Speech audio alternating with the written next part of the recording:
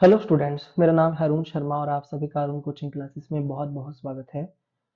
Students, आज मैं आपको नेक्स्ट टॉपिक करवाऊंगा। सो आइए शुरू करते हैं। Advantages of debentures.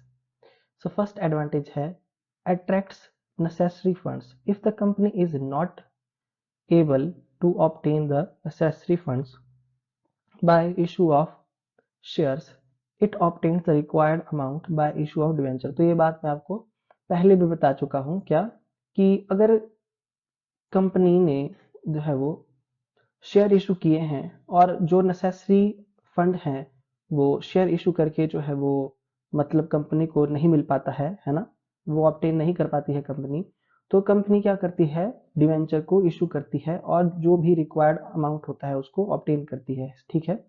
दूसरा है मिनिमम इंटरफेरेंस, है ना। इंटरफेयर की बात हो रही है, मिनिमम इंटरफेयर की बात। Debenture holder do not have voting right. देखिए, डिवेंचर होल्डर को कोई वोटिंग राइट नहीं होता and hence can not participate in the management of the company. ना ये कंपनी की मैनेजमेंट में पार्टिसिपेट करते हैं, इसलिए डिवेंचर होल्डर की मिनिमम इंटरफेयर होती है ना, मिनिमम इंटरफेयर होता है ना, कम से कम।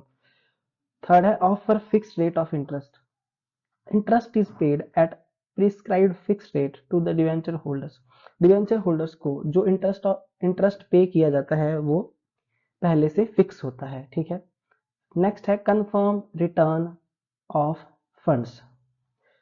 Debentures are redeemable periodically and hence serve as an assured investment scheme where funds shall be duly returned to the investor। यहाँ क्या बोला गया है कि जो डिवेंचर्स होते हैं उनकी रिडम्पशन पीरियोडिकली होती है। ठीक है, ये पीरियोडिकली होती है, इसलिए इसलिए जो डिवेंचर है वो एक एश्योर्ड इन्वेस्टमेंट स्कीम है ना, जहां पर जो फंड होते हैं वो जो है वो इन्वेस्टर को वापस कर दिए जाते हैं। मतलब जो जो भी डिवेंचर होल्डर का पैसा होता है वो एक पीरियड के बाद जो है इन्वेस्टर को वापस कर दिया जाता है। ठीक है। नेक्स्ट है safe investment option.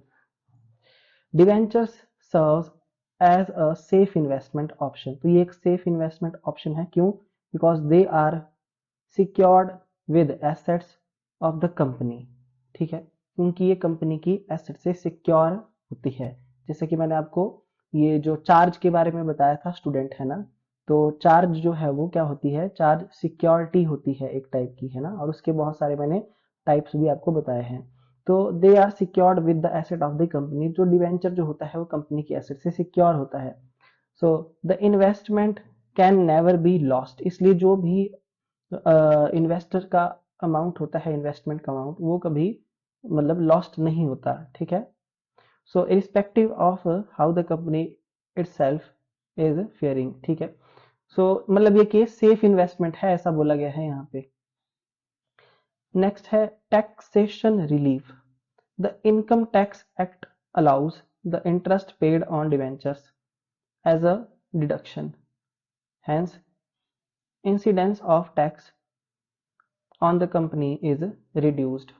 The income tax act allows the interest paid on debenture as a deduction। देखिए स्टूडेंट, जब आप कॉलेज में जाएंगे तो आप इनकम टैक्स नाम से एक सब्जेक्ट पढ़ेंगे। ठीक है, और वहां पे जो है बहुत सारी टैक्स से रिलेटेड डिडक्शन भी होती है। ठीक है।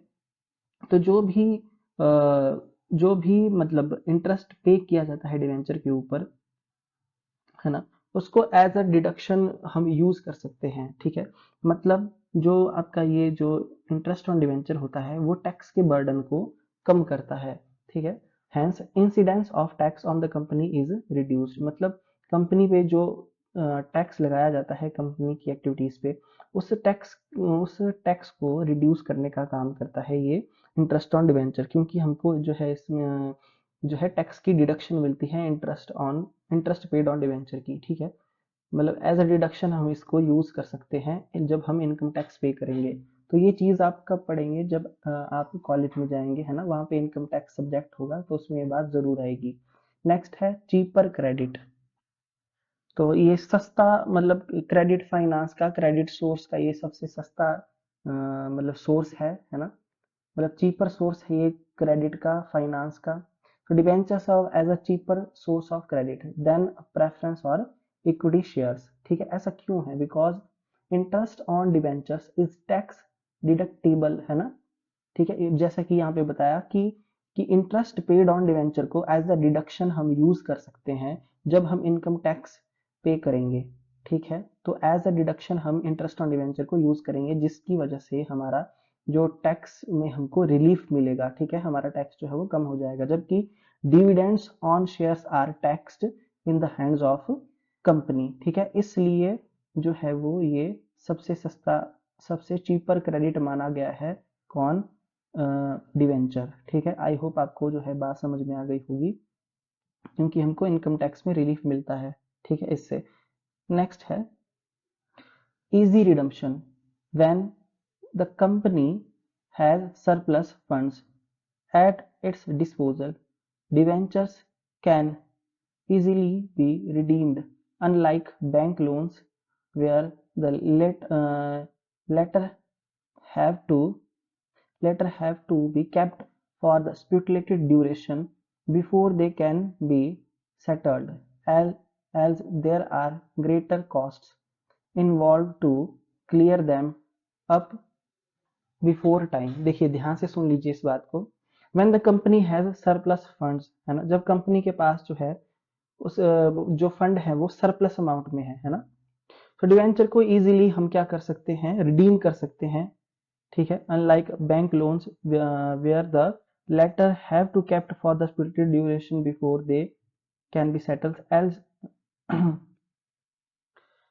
Else there are greater cost involve to clear them up before time. So यहाँ पे क्या बोला गया है? देखिए बात यह है कि जो अगर कंपनी के पास सरप्लस फंड है, देखिए कंपनी के पास सरप्लस फंड है, तो हम इजीली डिवेंचर्स को रिडीम कर सकते हैं, उनकी पेमेंट कर सकते हैं। ठीक है, और यहाँ पे बैंक लोन की बात की गई है। बैंक लोन में क्या होता है कि बैंक लोन में जो लोन होता है उसको एक स्टिपुलेटेड, एक प्री डिटरमाइंड पीरियड तक रखना पड़ता है। ठीक है, और उसके मतलब एक प्री डिटरमाइंड पीरियड के बाद ही, एक स्टिपुलेटेड ड्यूरेशन के बाद ही उसको सेटल किया जाता है। ठीक है, जैसे कि लोन की जो पेमेंट होती है बैंक लोन की, वो 5 साल के बाद होती है, 6 साल के बाद होती है, 7 साल के बाद होती है। ठीक है, अगर हम उनको क्या करेंगे, टाइम से पहले ही उनको हम क्लियर कर देंगे, तो उससे क्या आ जाएगी, हमारी जो कॉस्ट होगी, हिडन कॉस्ट या कोई भी कॉस्ट हो सकती है, वो ज्यादा आ जाएगी, है ना। उनको अगर हम टाइम से पहले मतलब उनकी पेमेंट लग जाएंगे करने, तो हो सकता है कॉस्ट ज्यादा आए, है ना। जबकि जो डिवेंचर्स जो है वो टाइम से पहले पे किए जा सकते हैं। इसका मतलब यह है कि जब कंपनी के पास सरप्लस फंड होगा तो हम उनकी इजीली रिडम्पशन कर सकते हैं। ओके, अब उसके बाद नेक्स्ट है मोबिलाइज सेविंग्स। नेक्स्ट है मोबिलाइज सेविंग्स।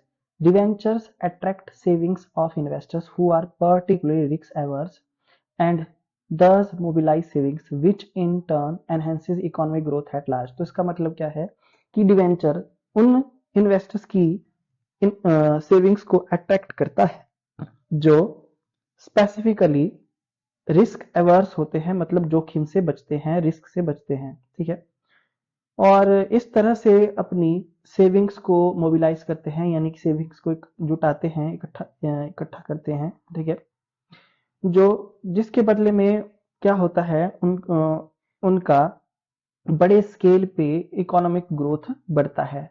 ठीक है, मतलब जो है इससे इनकी ये सेविंग्स को मोबिलाइज करेंगे और उनकी वजह से क्या होगा, उनकी इकोनॉमिक ग्रोथ जो है वो बढ़ जाएगी बदले में। सो आई होप आपको ये बातें समझ में आ गई होगी कि डिवेंचर जो है वो सेविंग्स को भी बढ़ाता है, डिवेंचर होल्डर की जो इकोनॉमिक ग्रोथ है उसको भी बढ़ाता है। ठीक है, इससे ये फायदा जो है वो डिवेंचर्स का है। सो आई होप स्टूडेंट ये आपको मतलब पता लग गया होगा, ये सारी बातें ये मैंने आपको करवा दिया।